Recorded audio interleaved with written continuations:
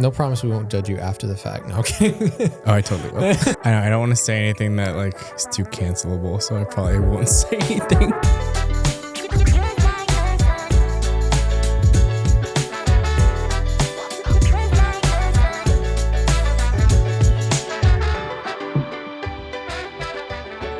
Welcome back, everybody, to another episode of the Gimbal Guys podcast. Exactly 2 minutes after we concluded recording the previous episode.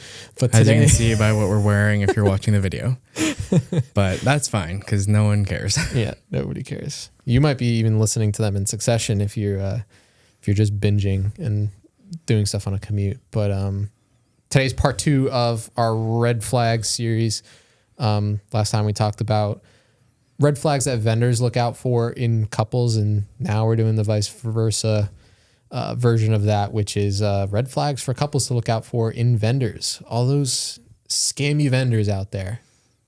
Not us. Not us. But no, other people. Please trust us. Yeah, you want to just dive right in? Yeah. I would, but I don't have them in front of me, so I'm kind of just relying on you too. I have them right here. Okay. Number 1, bad reviews, few reviews, or no reviews. Yeah, Self-explanatory. that's a no-brainer. I mean, I feel like in this industry, like the reviews are so important. Mm-hmm.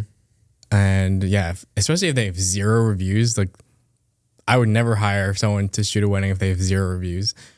Here's the case for 0 or few They're reviews. just starting. But if you reach out to that, if you still want to like, if what they've put out on like their website and their digital presence is like up to par, but they don't have a lot of reviews, I mean, you could ask them about that, and they should be straight up with you like, hey, I'm new to the industry. And just haven't had the chance to collect as many. I think that if it's anyone except a beginner who has 0 reviews, that's an automatic no, like run away. But if it's clearly a beginner and they have no reviews, then you as the couple are clearly, in a certain price range. And if you're willing to hire someone of this small, like, caliber, then the 0 reviews honestly shouldn't be a huge deterrent. If you're only willing to spend like $1,000, mm-hmm. like then I see it as like it's actually okay. Like, because then it's like you get what you pay for.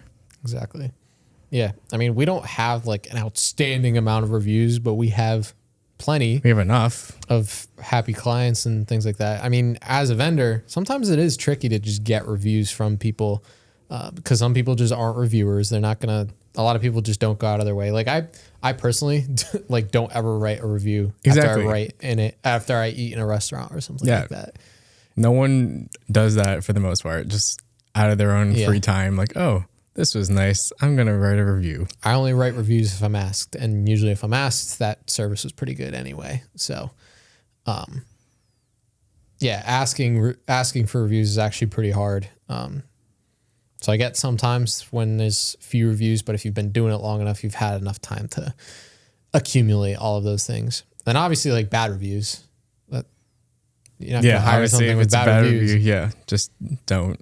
I mean, some people, like if you go on Amazon, you see bad reviews. Sometimes it's just like not a fake review, I guess, but like one that doesn't really make sense. Or sometimes somebody's just like coming for that business and their review doesn't really hold any gravity. Right. So and like, if that is the case, usually they're like obvious enough to know that it's like, okay, this guy's not telling the truth. Some people will write bad reviews if that vendor refuses to book that couple, like for reasons outside of like availability or something like that. So if the vendor's like, hey, we're not a good fit, sometimes people will go in and just write a bad review about them.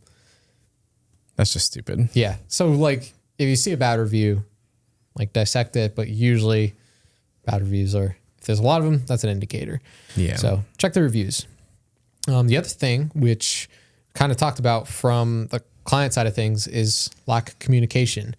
But I think it's more of a red flag if the vendor has a lack of communication. Right. We're the professionals. Yeah. We should be the ones that are, used to this more like professional type of communication, professional back and forth, that, we do it.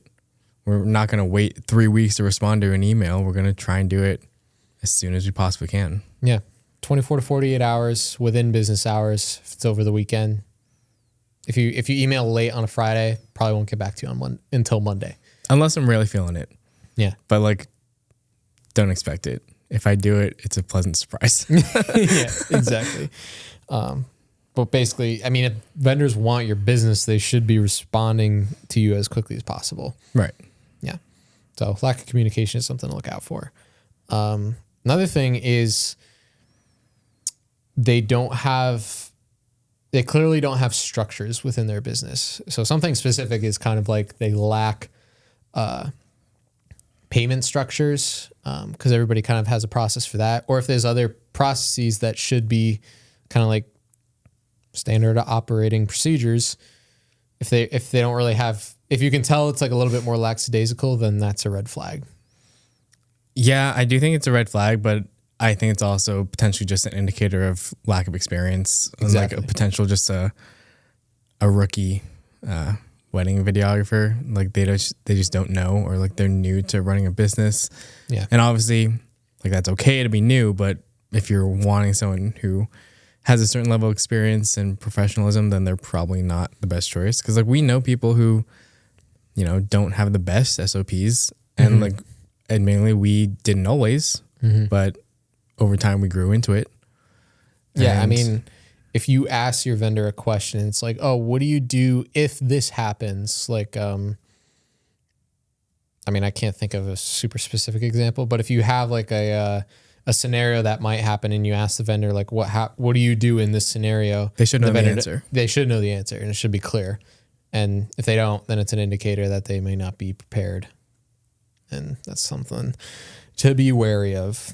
Yeah. Because if they don't know the answer, then it's basically like it comes across as they haven't done this many times. So like they don't know what could go wrong. And then they don't know how to act when things go wrong.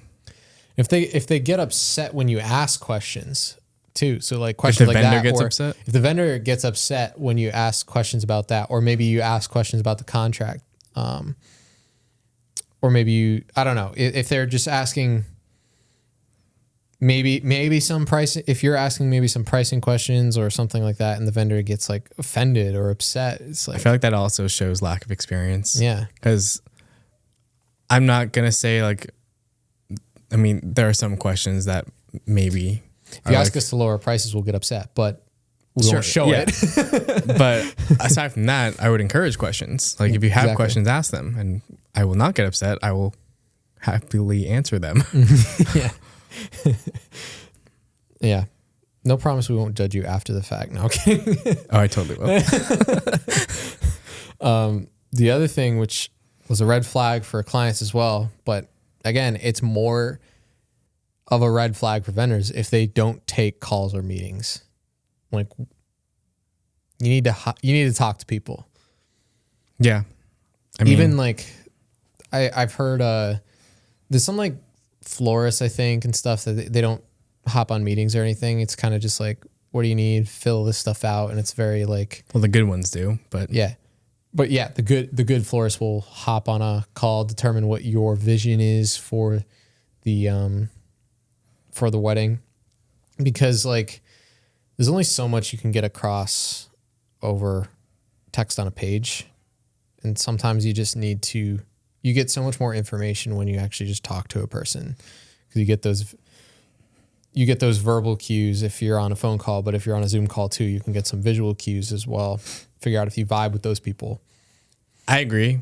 And I'm just trying to think of it from like, you know, the other side of things. Like as just a run of the mill everyday person who's, you know, looking for wedding vendors, I can understand why like they don't understand the value of having a personal connection with their vendor is. So like if the wedding vendor doesn't, you know, offer to hop on a Zoom call, the couple might not be fazed by that because they don't understand that, you know, building that personal connection is key.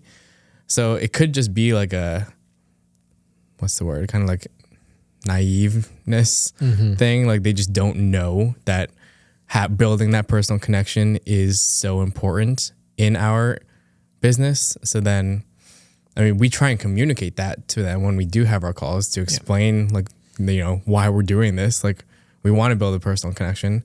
But yeah, I think from their side of things, they've never done this before. They don't understand what it's like to, you know, hire these types of vendors, particularly the creative team, the photo, video people. Like I would argue they need to have the closest connection with you because they're going to spend most of the day with you. Yeah. And so, yeah, they just might not understand that they like should be building that connection early. Yeah, exactly. If your vendor doesn't agree to a call, you should be on the lookout. There's some red flags to look out for in vendors when it comes to if they come from a like a larger company or a studio. Yeah, and I want to tread lightly here because I don't want to totally shit on these people, but yeah, overall, yes, I completely agree. Like, well, so the main thing is if there's no clear communication onto how, if it's photography or videography specific, how that person gets assigned. Right. I mean, you don't know who's like going to be there. I'll admit I don't know too much about how these larger agencies and things like operate. So I can't speak too deeply into it. But yeah, like obviously their team members could just get kind of randomly assigned to these couples. I mean, in our process too, right now it's just two of us. We have 2 videographers included in our package. We don't have a team. If we did, we'd have a process for it. But right now, what our case is like, okay, what happens if one of you can't be there? What if you get sick, injured, something like that? Family member dies. Our process is to reach into our network of experienced professionals, book somebody for that day.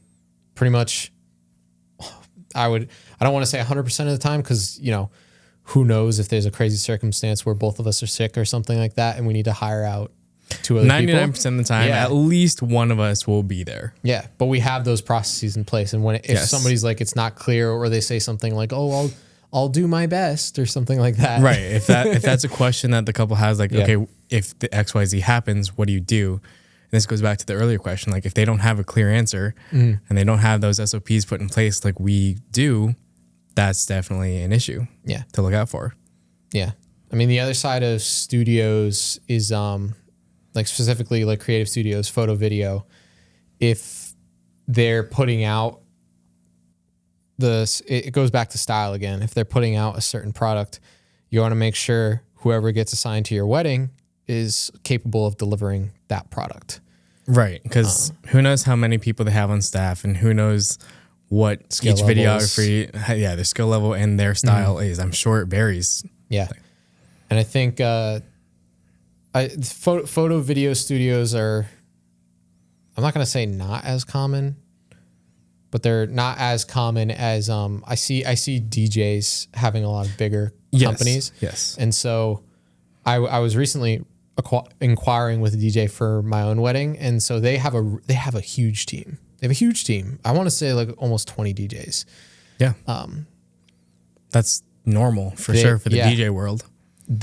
What they do on their website, they list all of them there. Each of them has a video testimonial. Exactly.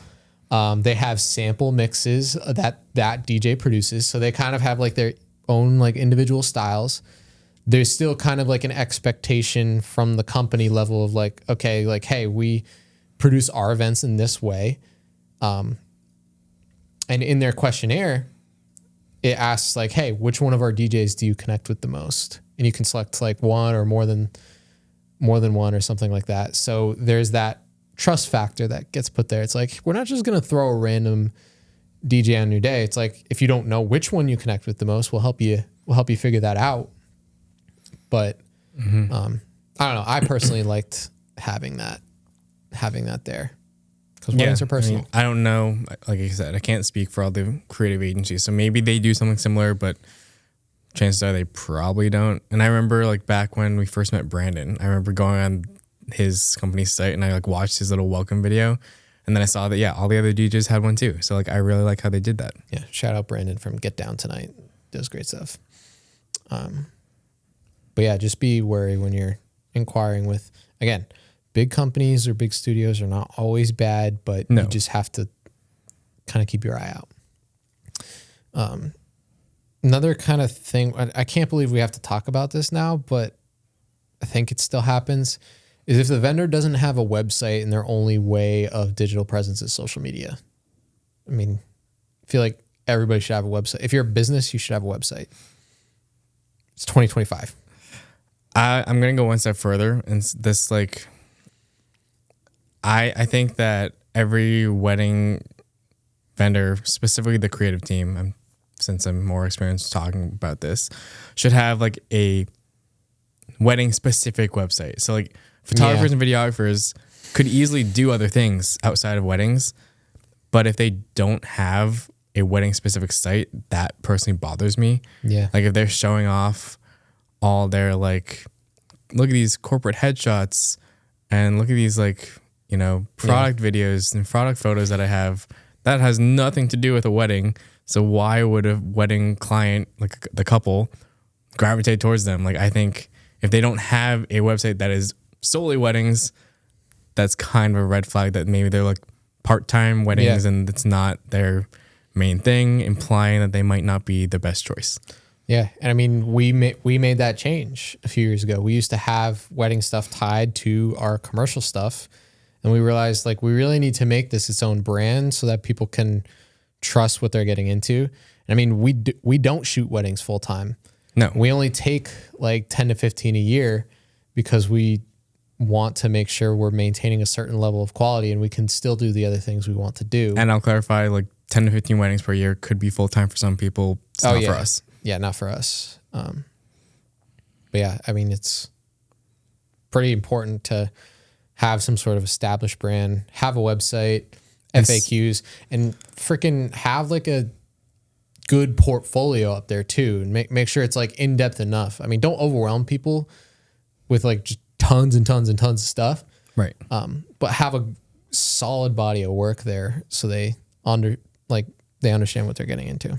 I mean, yeah, all those little things just go into like, you know, basic branding and like website building. You don't want to have like full wedding galleries of like hundreds of thousands of photos. And if you're just scrolling on this website forever, that's not a good thing for the couples to have to do, to like just forever scrolling and seeing like the same thing over and over again.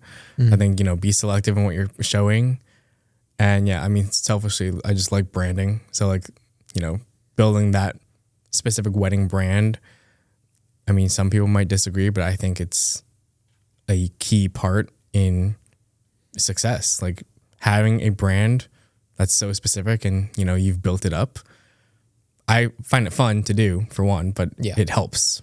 And it's very visible for us that it's helped us. Yeah, definitely. If you're a vendor, have a website, have your work on there. Very easy. It's not hard. No. I mean, I guess the other thing too is maybe it's a red flag if they might have a website, but maybe they don't have any form of social media. Do you think that's kind of a red flag? Or like, I guess it doesn't really matter. I think if you're creative, if you're a photographer, videographer, I think it is a red flag if you don't have social media. I agree. I mean, this is coming from someone who doesn't like social media. I think you still need it. Yeah. It shows like you at least care about connecting with your target audience. Because it's a business. Media. It's like, you know, even if you don't like it personally, which I don't, I will still do everything I can to help the business side of things like grow on social media. Because especially if social media is a key like lead driver for you, then if you're not showing up on there, where are you going to get your leads from? Yeah, exactly. Just again, put stuff out there. It doesn't have to be, you don't have to post every day. No, we don't post every day. No, and I would die if I did. I can't remember the last time I've even considered daily posting. I mean, you did a challenge a while back. Time for 30 days. Never again. Never again. Yeah, and there's a few other here. I only want to go into a couple more. Big one is if a vendor doesn't have insurance, or like I'll say insurance and the proper permits to do what they need to do. So like, I guess how would you find that out? But for example, for us, we fly drones. We need to have a Well, FAA certified Part 107 license to fly drones commercially. If we're being paid to do something, we need that license. And there are times where the venue requires certain pieces of documentation that we are able to provide. And if insurance, some random liability insurance person is not able to provide that, that's an issue. Yeah, you want to make sure for a vendor to have liability insurance is confidence for you as the couple, knowing that, hey, if something goes wrong, there's going to be some form of coverage here. Like if the vendor was responsible for like basically like destroying something and they're to be held responsible for it, you want to make sure if they have that insurance, then it can be covered. No problem. It's like if you get into a car accident, kind of sucks if who you get into a car accident with doesn't have insurance, because then it's out of your pocket or your insurance. So it's just something. Yeah, as a business, you have to have insurance. Yeah. Website, you have to have a website. You have to have social media. You have to have insurance. You have to have permits to do the things you need to do. Yeah, and if the business you're reaching out to doesn't have those things, it's a red flag. Mm-hmm. I have one more. I have two more. Yeah. So one of them is if the prices seem too good to be true. I think could be a red flag. I think it's just a marker of how experienced that individual is. Or are you saying like if they're like, again, if you're talking about the creative team like, here, if the videos are like phenomenal, but they're like only like $1,000 or something like that? Something like that, yeah. If they put out decent work and it's similar to work you're seeing people priced at a certain price point at, but that other person is priced like way below them. Could be like, yeah, they might have the talent there, but they might not have the experience. Again, you can still talk to those people to figure out like, all right, where are they at? Like they could be not as experienced, but they could still be great at their job. Yeah, so it's not an automatic red flag. Yeah. But it warrants at least a little bit of research. And due diligence, 100%. 100%. Last one is this is kind of a weird one, but if they don't take any form of like, I guess, online form of payment, if they only take like cash, check is fine. I understand check, but if they only take cash, that's kind of like it seems like you're doing things. If anyone's only taking cash, it's like drug dealer vibes. Yeah. It's like, you should be like, oh, no, thanks. I wonder if this, maybe I'm just like completely generalizing here. So if I am, please correct me, but I wonder if that happens more often with like hair makeup. So like hair makeup, some of those I've seen some people kind of like set that up as like a side business or something like that. They're like doing it out of their house and they're not like properly, incorporated as a business. So they're just kind of like taking cash, stuffing it in an envelope. They don't have business bank accounts, things like that. I wonder if that happens more often. I'm sure it happens in any like wedding venues. If it happens at a venue, then like where the heck are you getting married? Right. But I don't want to say anything that like is too cancelable, so I probably won't say anything. I'm probably gonna be canceled for just saying that. Sorry, hair and makeup. But I mean, it's possible for sure for them and for anyone. There are some other vendors that it might be more plausible, I suppose. Yeah. I only say that because I feel like I knew a bunch of like friends in my like school growing up or something where like their mom would cut people's hair, but you have to like go over their house and stuff. And it's like, just slip them a $20 bills type thing. And I'll admit that I've done that. Yeah. I've not cut someone, but I've gone to someone's house and paid them in cash. Yeah. That's probably the only reason why I'm like biased towards that. But I'm sure there's floral people who are like just growing flowers in their backyard or whatever, or videographers who have just picked up a camera and they don't have any form of like business bank account. And they're like, oh yeah, just like give it to me in an envelope and we're good. I feel like that's pretty normal for beginner videographers and photographers. I think they at least take a check. They probably only take a check. Yeah. They don't have anything set up. Yeah. If they can take cash is much more sus than a check, but I mean, yeah, I said that right. And then the online payment too thing is almost like I say that because it's like I feel Like as a professional, I think in the it gives a digital sense age, of its a level of professionalism for sure. Yeah. It just, again, back to brand, it like just elevates your overall brand. It makes you look like a more established organization. And honestly, it's just more convenient too. So like it's a win-win for everyone. I think Venmo falls into the same category. If they take online payment, but that online payment is Venmo, then That it's kind of sucks to me. yeah. It's like technically, I think we can take Venmo. Technically, I guess. I think so, but still, it just I just feels, pretend like we don't. Feels weird. Please don't Venmo us. I would much prefer you go through like the professional platforms we use or write us a check. We definitely take checks. Checks are fine. But if somebody's like, oh, just give me cash or Venmo. No. Yeah, no, that's a red flag for sure. It's like you're buying drugs. That's all I got. You have anything else? No, those were good though. Like these are like, I honestly didn't really look at these before we were recording. Well, so like these are way better than I thought they were gonna be. I have a confession. I have the vendor table to thank for this, but I wanted to give our perspectives on it. I mean, they have a lot of good takes. Some takes I like to expand on, but yeah, they kind of have like a similar series over there. So if you guys like this, you should definitely check them out too. Yeah. That's all we got. That's all we got. Cool. Well, as always, just make sure you guys leave a 5-star review on Spotify. Follow us there as well. And then like and subscribe on YouTube. You're also going to want to be following us on Instagram at SeaMount Weddings. We have an Instagram. We do have an Instagram. And guess what? We also have a website. Sorry. SeaMountWeddings.com. And we'll be happy to chat with you if you're looking for videography for your wedding. Look at how professional we are. And guess what? We also take online payments. We have our Part 107 permits. And you want to show we have insurance? liability We insurance. got it. Look at us. We've come a long way. All right. Thanks for tuning in, guys. We'll see you next time. Okay, bye.